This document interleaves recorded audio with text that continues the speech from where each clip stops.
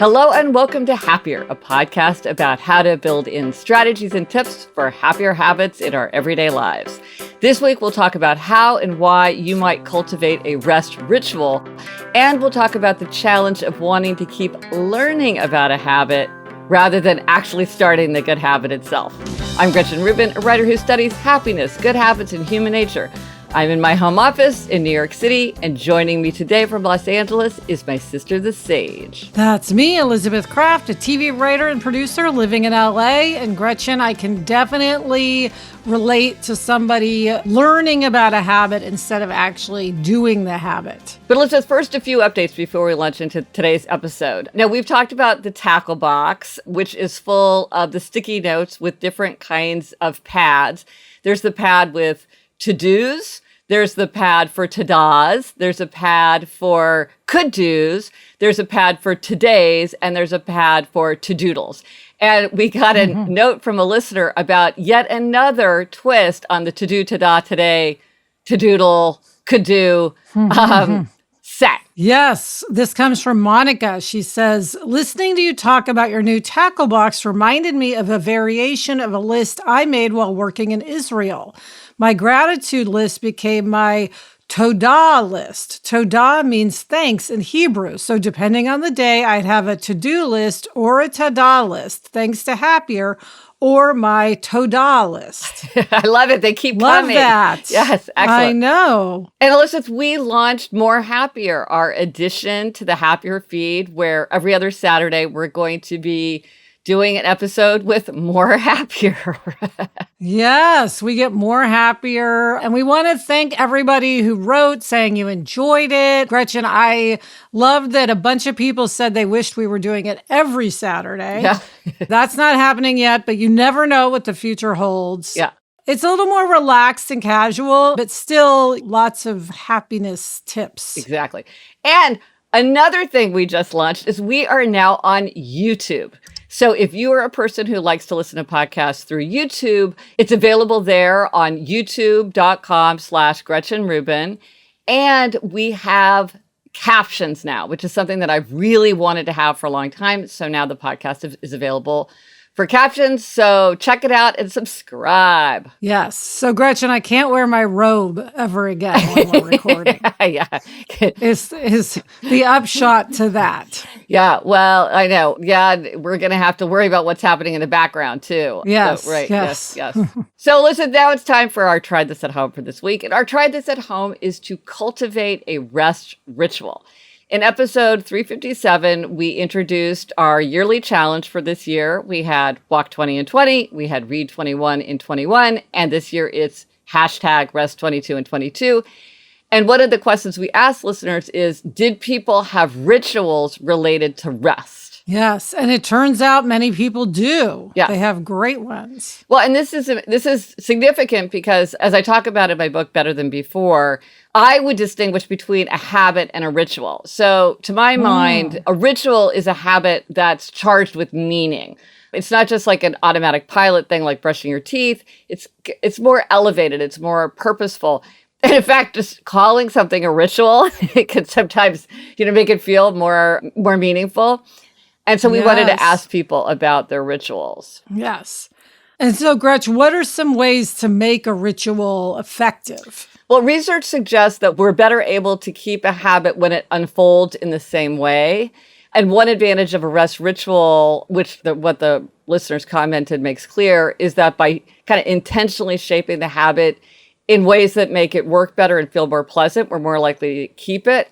And if you're thinking about a ritual, you might think about sort of 3 to 5 specific actions, calming actions that you might follow through in the same way every time you're preparing to rest. You always do them in the same sequence, and that kind of prepares your body like, okay, it's a transition. It signals to the body that rest is coming. It helps you get into that rest frame of mind.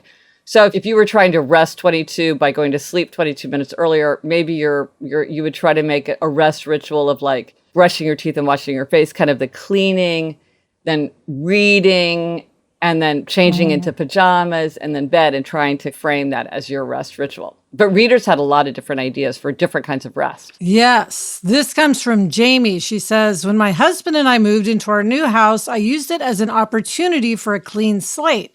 My favorite part about my weekends is sitting down with a fresh cup of coffee on the couch and having some me time before my husband comes down and turns on the TV. During the work week, I usually snooze my alarm a few times and then rush to get ready and don't have time to really enjoy my coffee. My new ritual is getting up as soon as my alarm goes off, grabbing my cup of coffee, and sitting for 20 minutes going through my social media and emails in my favorite chair. I find that I'm more calm going into work in the mornings, and I actually spend less time aimlessly scrolling social media throughout the day because I got my fix in the morning. I also don't dread waking up in the morning because my first thing on my to-do list is relax with coffee instead of rush off to work. I don't even technically wake up any earlier than I used to. I just use my snooze time for something better. Well, I think there's a couple of things that are interesting about this. First of all, like a big question is, could rest include something like email and social media? And I think Jamie makes the case that for her, this is this is a restful practice and kind of gives her more rest throughout her day. So again, there's no magic one-size-fits-all solution. So I don't think for many people it would have that feeling, but definitely for her, it's having that effect. Yes. So you do you, Jamie. Yeah. Also, she's talking about the strategy of the clean slate, which is another one of the 21 strategies that I write about in Better Than Before. And that's the idea that when we're starting something new or we've gone through a transition, new habits form more easily. So this is a great example of moving to a new house, thinking about what you want your habits to look like there, and using that as a clean slate. So excellent. Yes. And she should just remember, if she does the snooze button once, it's easy to fall off. Yes. So yes. Don't do it. Yes. Keep doing what you're doing. Yes. A surprising number of people talk about snooze alarm related habits. Yes. So yes. Claire wrote, I adore your choice of theme for 2022. After the past 2 years, I think many of us are living with frazzled nervous systems, and rest is the ultimate prescription. I have 3 ideas to help people access a state of deeper rest, and they are all based on soothing the senses, so this should appeal to Gretchen. Indeed, it does. I love sensory-based things. First, I bought a roller ball filled with my favorite essential oil, lavender and geranium, and I put some on my wrists every time I go to take a nap. Breathing the scent in deeply relaxes me instantly and is a cue to my body that it's time to slow down. Second, I love my weighted blanket. I lie on top of my duvet with the blanket over me, and it is so soothing to any twitching muscles. It also keeps me toasty warm. Finally, I would recommend finding a sound healing recording that resonates with you. These are easily available through many websites, mindfulness apps, and online music providers, and they are a great way to tune into something other than your worrying thoughts. This is right. Like, it's touch, it's hearing, it's smell. These are great. This is a great way to go through that rest ritual and really cue your body that this is time for rest. These are great ideas. Yeah. And Gretchen, this reminds me of something I mentioned on More Happier with my housewife's wisdom that I'm sharing from time to time, which is Dorinda Medley, one of the New York housewives, takes off all of her regular clothes and changes into pajamas for a nap every day. So this is along the same lines. Well, and as I noted, that's also something that Winston Churchill advocated. So you've got the Real Housewives and Winston Churchill, who comes well recommended. Yes. Karen says, I love taking naps in a different bed than my normal bed. I go into our guest room and climb under the covers and set my watch for 25 minutes. I do some deep breathing exercises and fall asleep within 5 minutes. The 20-minute nap in a different room is just what I need to power through the afternoon. If I climb into my normal bed, I feel like it should be a longer nap and I wake up groggy. So try switching up the nap location. For me, it really helps. That's a great idea. I think that's a great idea. Like what feels more restful to you? Again, you might want to experiment on, do you feel better in a bed? Do you feel better in a guest bed, on a sofa? I think that's a great thing to key into. Yes. Jessica wrote, my rest ritual is to play a specific piece of music, always the same piece. In my case, it's the first movement of Soil Festivities by Vangelis, which happens to be 18 minutes long. I close my eyes and focus on listening to the piece as a kind of meditation and follow my father's nap advice as well. to relax the jaw. Ooh, good side note. I've been doing this a long time, as I first had soil festivities on cassette tape, then on CD, and now I play it through an old iPhone. I also put my real phone on silent and in another room. So she uses a piece of music to cue that rest ritual. That's a great idea. Yes, I can't say, Gretch, how many times I have been taking a nap and the ding of a text or just the buzz. Yes. I can't help myself. I interrupt my nap and check the text. Yeah, because you're so curious. Yes. Yeah, exactly. Yeah. So putting your phone in another room is another good tip. Katie says, I'm an obliger and could not be happier for the new challenge of Rest 22 for 22. This is just the accountability I need to get back into the habit of the rest ritual I had developed early in the pandemic and have not been practicing consistently since the summer. My ritual began when the schools closed spring of 2020 and my 15 and 12-year-old were home for school. In those early days, I had to structure our day, and I went back to what I did when they were much younger. After lunch, we would all have some quiet time. For them, that meant doing whatever they wanted in their room without a screen. Headphone and listening were allowed. For me, it consisted of going into my bedroom or walk-in closet, rolling out my yoga mat, and doing a 10 to 12-minute flow practice, followed by a 10-minute lightly guided savasana practice where I would drift off into a light, restful sleep. Depending on the day, if I had time, I would then journal for a few minutes after. I kept this up through spring of 2021. As life has picked back up and boys are back to full-time in-person school, clubs, and practices, resting like this has been a challenge. I walk the dog every morning and often do yoga at some point in the day, but not in the ritual way I had been. As an obliger, I will do for others or with others more than what I do on my own. I was reflecting over the last month or so and had identified that I needed to get back to this rest ritual. Thank you so much for the permission. Well, excellent. That sounds great. And that's so interesting how she had that kind of quiet time at one time, but now has to sort of bring it back in. I think that's what was so tough about that period is it was making and breaking habits for a lot of us in a lot of different ways. Yes. Now, one of the things we did a special call out to teachers to ask if teachers had any good suggestions about rest. And Suzanne said, I was inspired to write after you had asked for teachers to write in about hashtag Rest 22 and 22. I have been implementing self-regulation time in my classroom for the last 3 years. The most difficult time of the day is transitioning from a high-energy lunch into afternoon class. By having 10 minutes of absolute silence where students are permitted to journal, read, sketch, or put their head down, followed by a 5-minute guided meditation, my students are ready for the afternoon. I believe the effects are far more reaching than the actual afternoon, as it is backed by science and seems to be a favorite memory of former students. And I need it as much as they do. So that's a great idea. Yes, I love all of these rest rituals, Gretchen. Now, how about you, Elizabeth? Are you have a rest ritual that you're pursuing for Rest 22 and 22? Yes, I haven't managed to do it every day, Gretchen, but I am trying to build up, which is going into my bedroom after work and reading a novel. Mm-hmm. And to me, it's key to, again, go into a different room from where I've been working, lay down on the bed and have my book. So that's my rest ritual for 22. For me, it's about, because I'm trying to nap for 22 minutes, which I love doing, it turns out. And so I do it on the sofa, and I will pick a podcast, usually either in our time or an old binge mode.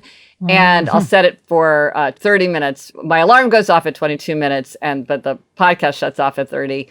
And that helps me just like very quickly drift into sleep. Yeah. So it's great to be aware of sort of what puts your body into relaxing mode. Right. And by doing it consistently, like you make it easier to drop into that resting state. Yes. So let us know if you do try this at home and how creating a rest ritual worked for you. We're still very interested in how, we got the whole year to rest. So send us your rest rituals.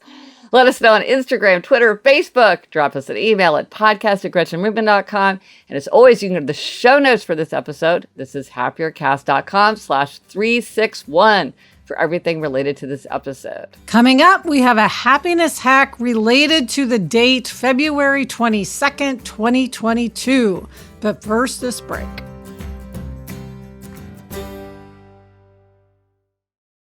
Okay, now it's time for a happiness hack, and we have a very timely happiness hack. We want to let everybody know that a date is coming in case you want to celebrate. Yes, this comes from Jeannie. She says, my daughter's friend figured out in high school 10 years ago that February 22nd, 2022 would fall on a Tuesday, the ultimate Tuesday.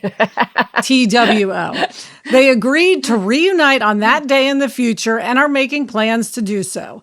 That day is coming up, and this is exactly the kind of minor holiday that deserves a little pre-planning. I think I will reconnect with a longtime friend, too. Now, I just thought this was so charming. Yes. I mean, and so what would it be a minor holiday to celebrate? I think it's a twosome, right? Like, who's an important twosome? It's your best friend, it's your sweetheart, your sibling, whoever is an important twosome in your life. Okay, you have a month to plan the Tuesday celebration. Yeah, I love these odd dates. Like, I remember December 2nd, 2021 was a palindrome. It was the same forwards and backwards. And I was just like so delighted by that, but I couldn't really figure out what to do.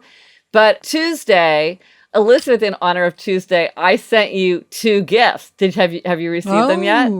No, not yet. Oh, okay. Well, but I'm excited. Okay, well, I should send you a gift too. Well, you don't need to. I have time. Okay, well, I don't want to spoil the surprise because it is not yet February 22nd, but we will keep listeners abreast. Okay. One of them is like a thoughtful gift, and one of them is a whimsical gift that's very relevant to Tuesday. So I will say no more, and I will reveal it all once you actually receive them in the mail. Well, I can't wait. And now for the next segment. And this is a combo segment because sometimes we have a segment that's a listener question. Sometimes we have one that's a Four Tendencies tip. And sometimes we talk about a happiness stumbling block. But this manages to combine all 3. And it's related to the Four Tendencies framework. And if you do not know whether you're an upholder, questioner, obliger, or rebel, and you want to figure it out before you hear the discussion, you can go to GretchenRubin.com/Four Tendencies, FOUR tendencies, to take the quiz to find out your tendency. But so now let's hear about this listener's tendency question. Yes, this is from Callista. She says, I've recently discovered a happiness stumbling block that I wonder if other people, questioners specifically, share. I consume a lot of information on topics surrounding habits of interest, sleep, healthy eating, exercise, etc. I'm searching for that lightning bolt moment when I'll finally have enough information to change my habits. As the gap between what I know I should do and what I actually do grows, I find myself growing unhappy with myself. I wonder what others do to overcome this. For 2022, I'm going to try to not read any more books related to the aforementioned habits, but to focus instead on small actions. I have to stop counting reading a book about weight loss as an action. But this is hard. As a questioner, it's hard to shake the notion that if I just read a little more, I'll have it all figured out. What do you think? Well, Gretchen, as we mentioned at the beginning of the episode, I think this is a common problem for many people. Yeah, and I think it is very common, but I do think she's right that maybe the questioner thing, it comes out, you might tackle it in a questioner specific way if you're a questioner, but yeah, I think it's something we should all think about and that we all struggle with. So one thing to remember with questioners is they question all expectations and they'll do something if they think it makes sense. So having that clarity, using the strategy of clarity to know what to do is really important for questioners. But they can sometimes fall into analysis paralysis where the desire for perfect information makes it hard to move forward or to make a decision. And so one of the things that I would say is just say to yourself, you know what? I'm going to make my best guess and I'm going to try something and I'm going to see how it's going to work. And so I'm going to consider this an experiment so that I can gather more data about myself because questioners tend to love to customize. They like to have reasons for what they're doing. And so, there are all the proverbs, don't get it perfect, get it going. Don't let the perfect be the enemy of the good.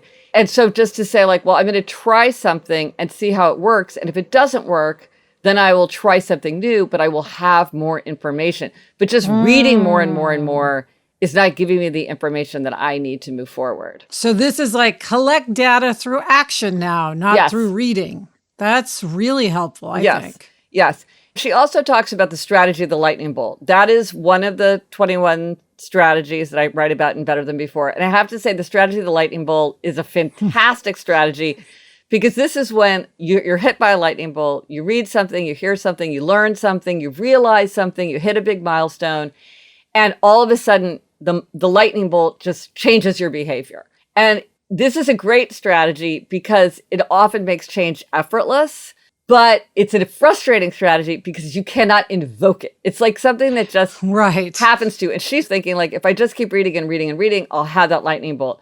That's usually not how it happens. I think you just have to, like, if you get the lightning bolt, take advantage of it and be excited about it. I've had it a couple times and it's great, but don't think like, oh, if I read this every article, eventually one is going to unlock, because it's very rare and it's not something that's within our control. So you sort of just have to move forward. Yes. Yeah. So, which I feel like she knows. She just needs to take that first step. And of course, think about your tendency. If you're not a questioner, if you're having this struggle and you're an obliger, what is the solution? Accountability. Outer accountability. Outer accountability. Yes. And if it's a rebel, it's choice and freedom. What are you doing it? You're not doing it because some expert says you should. You're doing it because this is what you choose. This is the kind of person you are. So this is someplace where you can tap into your tendency.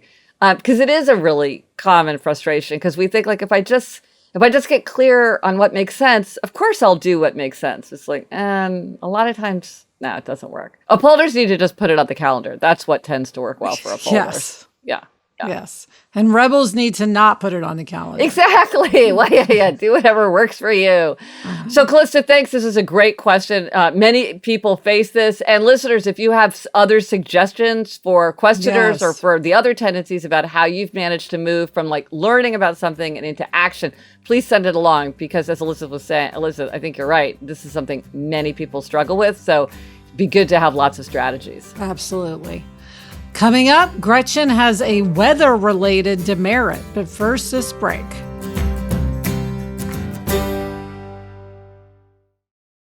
Okay, Gretchen, it is time for happiness demerits and gold stars, and you are up this week with a happiness demerit. Okay, this is a demerit that I've been well aware of for the last, I don't know, however long, and I'm just trying to internalize it so I can do better, which is I will hear a weather report, and I just ignore it, because I'm like, well, that is not the weather that is happening right this second to me. And so therefore I will just ignore it. So for instance, sometimes when I'm traveling and it's like I'm traveling to a very hot place, it's very hard for me to let go of the idea that I will need winter clothes when I go there. And even on a more local level, I was going for a walk with a friend and it was like, newsflash, there's going to be this big rainstorm in New York City, like in 45 minutes. And I walk out the door for my friend. I'm like, oh, it's not raining. So I walk out to go on this really long walk. I could have very easily have just brought like a light collapsible umbrella because I knew that there was like 100% chance of rain. Yeah. Which I knew. But I was like, well, it's not raining now. Therefore, I do not need an umbrella. And then I assume it started raining. Oh, 100%. And then we had this whole thing, like we'd only gone like a third of the way that we wanted to go. So it was like, well, should we keep going or not? And we were all wet. And it was just like, I could have just brought an umbrella. Now, she didn't bring an umbrella either, so I felt like we were just both getting soaked. So I was like, okay, fine. But it's like, it would have been simple enough to bring an umbrella. So, but wait, Gretch, I have to know, what did you do? Did you keep going or did you turn back? Well, we just kept going. And then it kind of lightened up and then it was just sort of drizzling. But we were soaked. Okay. By the time we got home, we were soaked. But I was having so much talking with a friend, I didn't really care. But still, it was so unnecessary. Yeah. How about you, Elizabeth? What is your gold star? All right, Gretchen, I want to give my gold star this week to school administrators. Yes. Okay, so we talk a lot about teachers and our appreciation for teachers, especially during the last few years when things have just been so topsy-turvy. But we don't talk a lot about administrators. Yes. And I think their jobs have been so hard lately. I mean, the constantly changing situation, the logistics, the floods of emails from parents wanting to know what's going on or disagreeing on what's happening at the school. And I just want to say thank you for continuing to be cheerful and committed. And it's not easy for anyone. I mean, it's hard for parents, it's hard for kids, it's hard for teachers, and it's also hard for administrators. and we need them. And I hope that eventually, things get easier. But in the meantime, I do just want them to know that they're appreciated. Yes. Gold star for administrators. Excellent. The resources for this week, because of popular demand, I am relaunching the 5-day SMS challenge for keeping a journal, which is a partnership that I did with LaFleur. If you're trying to sort of jumpstart a journal habit, which is something a lot of people are working on in 2022. So if you want to get started, you just text refresh to 1-844-934-1913. And I'll put that in the show notes, of course, if you can't remember. And then if you are listening to this episode on the day that it drops, January 19th, I'm going to be doing an IG Live at 4 p.m. Pacific, 7 p.m. Eastern. So you can listen to that about keeping a journal. And also, if you are trying to work better than before, if you're working on habits related to work, I have a one-pager that you might find to be useful. If you go to gretchenrubin.com/resources and you scroll down to better than before, there's a tip sheet there that a lot of people are finding useful. And again, I'll put the link in the show notes. What are we reading? Elizabeth, read 21 and 21 is over, but we are going to keep, many people said, hey, please keep telling us what you're reading. So we will oblige. Elizabeth, what are you reading? Gretch, I am listening to What Alice Forgot by Leanne Moriarty. I read that. How about you? I am reading A Little Devil in America by Hanif Abdurraqib. And that's it for this episode of Happier. Remember to try this at home. Cultivate a rest ritual. Let us know if you tried it and how it worked for you. Thanks to our executive producer, Chuck Reed, and everyone at Cadence 13. Get in touch. Gretchen's on Twitter at Gretchen Rubin, and I'm at Elizabeth Kraft. Our email address is podcast@GretchenRubin.com. And if you like the show, hey, I'm going to switch it up this week. Go check us out on YouTube and subscribe there. Until next week, I'm Elizabeth Kraft. And I'm Gretchen Rubin. Thanks for joining us. Onward and upward. Gretchen, I'm working on my lighting. I have to say, I never knew this office was going to be like my work office, my studio, everything. So it's, your treadmill desk, not designed. Yeah, no, I mean, me too. It's doing a lot of jobs it was not intended to do. Yes, so I'm working on it.